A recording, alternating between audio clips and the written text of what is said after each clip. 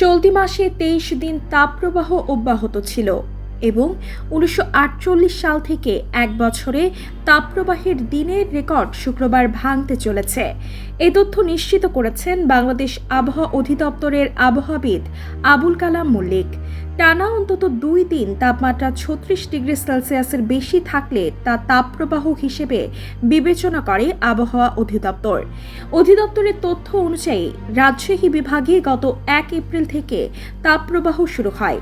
4 April পর্যন্ত বিভাগটির তাপমাত্রা 36 থেকে 39 ডিগ্রি সেলসিয়াস রেকর্ড করা হয়। এরপর ঢাকা, খুলনা ও রংপুর বিভাগে তাপমাত্রা বাড়ে এবং 2 দিন তা অব্যাহত থাকে। 8 এপ্রিল কক্সবাজার ও সীতাকুণ্ডে 36 ডিগ্রি সেলসিয়াসের বেশি তাপমাত্রা রেকর্ড করা হয়। আবহাওয়াবিদ আবুল কালাম মল্লিক বলেন, 9 ও 10 এপ্রিল সারা দেশে তাপমাত্রা 36 ডিগ্রি সেলসিয়াসের নিচে ছিল। 36 থেকে 38 ডিগ্রি সেলসিয়াস তাপমাত্রাকে মৃদু তাপপ্রবাহ, 38 থেকে 40 ডিগ্রি সেলসিয়াসকে মাঝারি তাপপ্রবাহ, 40 থেকে 42 ডিগ্রি সেলসিয়াসকে তীব্র তাপপ্রবাহ এবং 42 ডিগ্রি সেলসিয়াসের বেশি তাপমাত্রাকে অতি তীব্র তাপপ্রবাহ হিসেবে বিবেচনা করে আবহাওয়া অধিদপ্তর।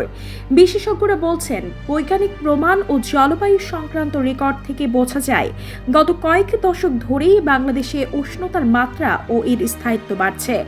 রাজশাহী, পাবনা, চুয়াডাঙ্গা ও যশোরে তাপপ্রবাহ তুলনামূলক বেশি। সম্প্রতি আবহাওয়া অধিদপ্তরের প্রকাশিত বাংলাদেশের জলবায়ু পরিবর্তন প্রতিবেদনে দেখা গেছে, দেশের সর্বনিম্ন ও সর্বোচ্চ তাপমাত্রা দুটোই বাড়লেও দ্রুত বাড়ছে সর্বোচ্চ তাপমাত্রা। যুক্তরাষ্ট্রের অ্যারিজোনা স্টেট ইউনিভার্সিটির Julie Ann Wrigley global futures ল্যাবরেটরির সিনিয়র গ্লোবাল ফিউচার সায়েন্টিস্ট অধ্যাপক রাশেদ চৌধুরী বলেন, এল নিনো লা নিনায় পরিণত হচ্ছে এবং চলতি বছর সর্বোচ্চ উষ্ণতম হিসেবে রেকর্ড করা হতে পারে।